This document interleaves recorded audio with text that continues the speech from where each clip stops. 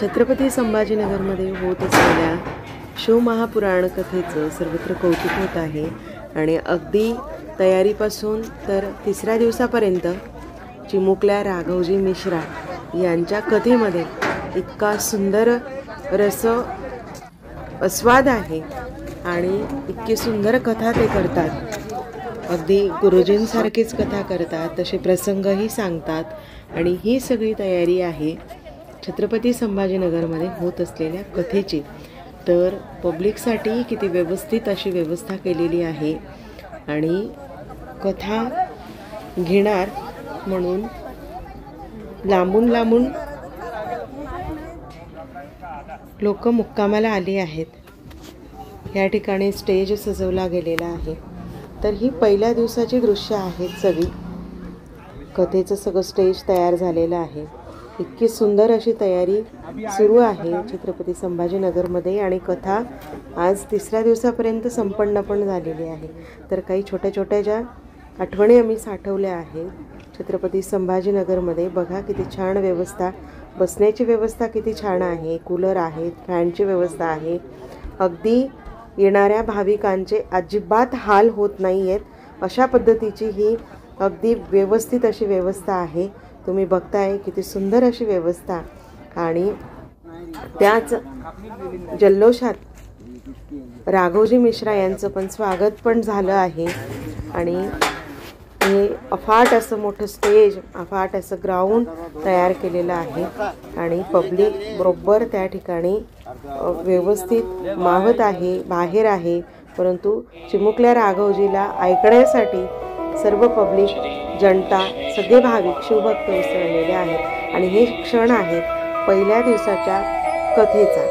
तर पहिल्या दिवशी जी कथा संपन्न झाली तर त्या कथेमध्ये खूप छान त्यांनी त्यांची माहिती सांगितली, गुरुजींचे अनुभव सांगितले आणि 3 महिन्यापूर्वी ते वेरूळला आले होते त्या ठिकाणचाही त्यांनी अनुभव बोलून दाखवला।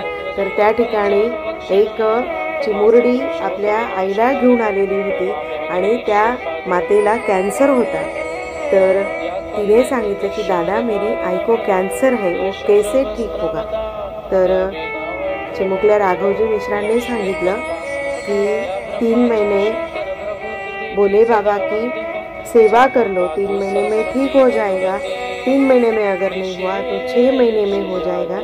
परंतु गुरुजी पण सांगतात आणि शिव महापुराण कथा सांगते, जर तुम्ही मनोभावे मनापासून देवाला अर्गव करत असाल तर 3 महिन्यात तुमचे प्रॉब्लेम सॉल्व होतात, म्हणजे होतात। आणि बघा देवाच्या कृपेने आपल्या शहरात पुन्हा छत्रपती संभाजीनगरमध्ये पुन्हा ही कथा संपन्न होत आहे 3 महिन्यानंतर आणि त्यांनी त्या मुलीचा अनुभव सांगितला की त्या मुलीचा आईचा कॅन्सर जो आहे तो 95% बरा झाला आहे आणि हे दुसऱ्या दिवशीच्या कथेचे आपण दृश्य पाहतोय। तर दुसऱ्या दिवशीची कथा बघा किती अफाट गर्दी आहे आणि त्या ठिकाणी सुद्धा राघव मिश्रांनी किन्नर जन्माला कसे आले, किन्नर नेमकं काय आहे, किन्नर कुठून आले, किन्नरांना आपण काय सन्मान दिला पाहिजे, तर याच्यावर त्यांनी खूप छान असा कथेमध्ये प्रसंग सांगितला। हे प्रसंग आहे, तुम्ही कथा पूर्ण जाऊन बघू शकता, त्यांचे व्हिडिओज अपलोड झालेले आहेत। तर अशी सुंदर कथा त्यांनी घेतलेली आहे आणि गुरुमातासुद्धा ह्या कथेला आलेल्या आहेत।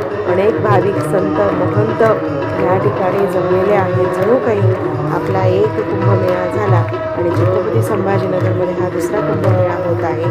तर इतके सुंदर असं दृश्य, लोभनीय दृश्य हे छत्रपती संभाजीनगरवासियांना बघायला मिळते आणि अशी सुंदर दुसऱ्या दिवसाची पण कथा मस्त अशी पार झालेली आहे आणि छान छान ते मस्त अनुभव सांगतात। ज्ञान प्रचंड आहे, गुरुजींचंच नेतृत्व ज्ञानाचं भंडार आहे, ते पण गुरुजींसारखी छान कथा करतात आणि वाटलं नव्हतं की राघवजी मिश्रा इतकी सुंदर कथा करतील। परंतु दुसराही दिवस खूप सुंदर कथा झाली आणि त्यांच्या मुखारविंदातून इतके सुंदर अशी वर्णनं निघत होती, कौतुक वाटत होतं। पब्लिक मंडपात मावत नाही, मुलावर पब्लिक आहे, खचून खचून गर्दी आहे, संत महंत सगळे त्या कथेला हजर आहेत आणि छान आता शिवजी अंबाजीची आरती होत आहे.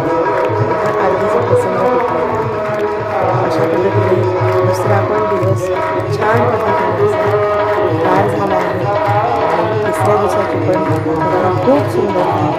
तिसऱ्या दिवसाच्या कथेमध्ये छान छान अनुभव सांगितले. महाराष्ट्राच्या संत परंपरेवरती बघा एवढं ज्ञान की ते कुठे राहतात. तिसऱ्या दिवशी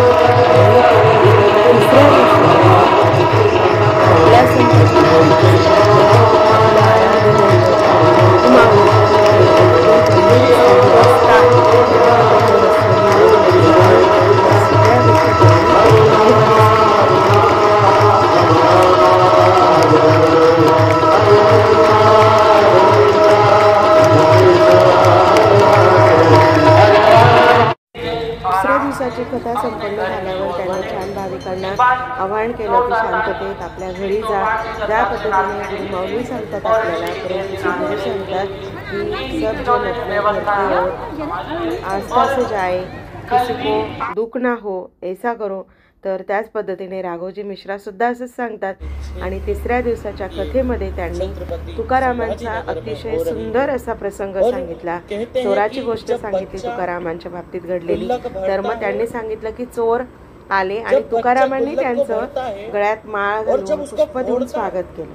तर मग चोरांनी म्हटलं की आम्हाला तर लोक मारतात, पिटतात आणि तुम्ही आमचं स्वागत का केलं. तर तुकाराम महाराज म्हणते की संतांच्या सानिध्यात आल्यानंतर तुम्हाला संतांसारखंच व्हावं लागेल. त्या ठिकाणी तुम्हाला अमानुषपणे मारले जाणार नाही, तर तुम्हाला संत परंपरेचेच धडे दिले जातील. तर बघा तुम्ही महाराष्ट्राच्या संत परंपरेचा इतका सुंदर अभ्यास त्यांनी केलेला आहे. कारण की तुम्ही जर याची देही याची डोळा जर तुम्हाला काही दाखवायचं असेल, तुम्हाला जर परिपूर्ण व्हायचं असेल, तर ज्ञान किती गरजेचं आहे हे या कथेतून आज बघायला मिळालं. तिसऱ्या दिवसाची कथा खूप सुंदर अशी संपन्न झाली. त्यांनी तुकाराम महाराजांचे असे सुंदर प्रसंग सांगितले. त्यानंतर त्यांनी सांगितलं की पाण्याच्या बॉटल आणा. पाण्याची बॉटल आणल्यानंतर पाणी जे आहे तर सगळ्यात मोठं दान जे असेल तर ते पाण्याचं आहे. पाण्याचा एक बुंद जर कोणाच्या तोंडात पडला तर त्याला आत्मशांती लागते, त्याला शांतता प्राप्त होते, गरमीने तो व्याकुळ होतो. आणि सगळ्यात महत्वाचं जलदान आहे. जर तुम्ही कुठे मंडपात भाडायला गेलात, काही केलं तर तुम्ही पाणी वाटपाचं काम करा. त्यानंतर त्यांनी वृक्षारोपणावर पण सुंदर असं सांगितलं की एक तरी बेलाचं झाड लावा. आपण ज्यावेळेस मरतो त्यावेळेस सुद्धा मरताना आपल्याला लाकडं लागतात आणि त्या लाकडांचं आपण काहीतरी देणं लागतो या पृथ्वी तलावर.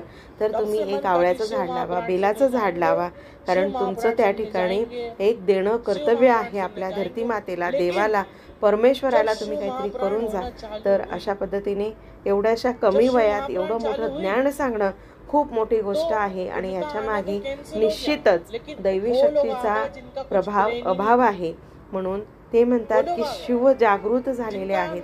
शिवजी सब देते हैं, आप शिव को करके तो देखो, शिव को पाके तो देखो. शिव अपने आप अपने घर पे आता है. शिव को बुलाने की जरूरत नहीं होती, वो खुद बखुद अपने यहाँ आता है. असं सुंदर त्यांनी वर्णन केलं. त्यानंतर विठ्ठलाचे सुंदर भजन म्हटली. विठ्ठल विठ्ठल विठ्ठला, हरि ओम विठ्ठला, हे सुद्धा सुंदर भजन त्यांनी म्हटलेलं आहे. कथेत ते पुन्हा अजून सांगतात की माझ्या वडिलांनी म्हणजे गुरुजींनी, पूज्य गुरुजींनी जे सांगितलंय त्या गोष्टी मला करायच्या आहेत. आणि सगळ्यात महत्त्वाचं संस्कार बघा किती छान आहेत. तर जिजा आणि जिजी म्हणतात आपल्याला गुरुजी, तर मग त्याच्या आपण नात्याने आत्या लागतो, फुफा लागतो, फुवाजी लागतो. तर तो प्रत्येकाला आदराने राघोजी, फुफाजी आणि बुवाजी असं म्हणतायत. तर हे संस्कार खरोखर तरुण पिढीला शिकण्यासारखे आहेत आणि त्यांच्या कथा अशा व्हायलाच पाहिजे की तरुण वर्ग जो आहे तर तो त्यांचं पाहून काहीतरी दोन गोष्टी शिकेल. आणि छान त्यांच्या मुखारविंदातून इतक्या सुंदर कथेचं नियोजन होत आहे, कथा सांगितल्या आहेत. आणि आता वाट बघूया चौथ्या दिवसाच्या कथेमध्ये. चौथ्या दिवशी आता चिरंजीवी राघोजी मिश्रा कुठला आपल्याला सांगतात बघा. गुरुमाचे दर्शन घ्या, गुरुमाताही दिसत आहेत आपल्याला. तर अशा पद्धतीने तिसरा दिवसही संपन्न झालेला आहे. अजून कथेत होणाऱ्या छान छान माहितीसाठी चॅनलला लाईक करा, शेअर करा आणि सबस्क्राईब करा. तुम्हाला अजून पुढच्या छान छान कथेतल्या गोष्टी सांगण्यात येतील.